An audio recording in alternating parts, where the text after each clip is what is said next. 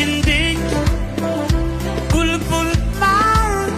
deydik tek olmadı kelsa jildik bulbullar deydik tek ko'raverasan yaşasang hammasi ayol kundek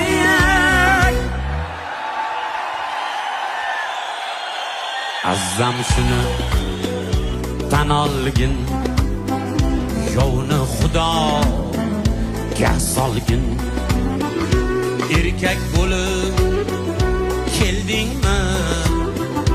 erkakliging chaqolgin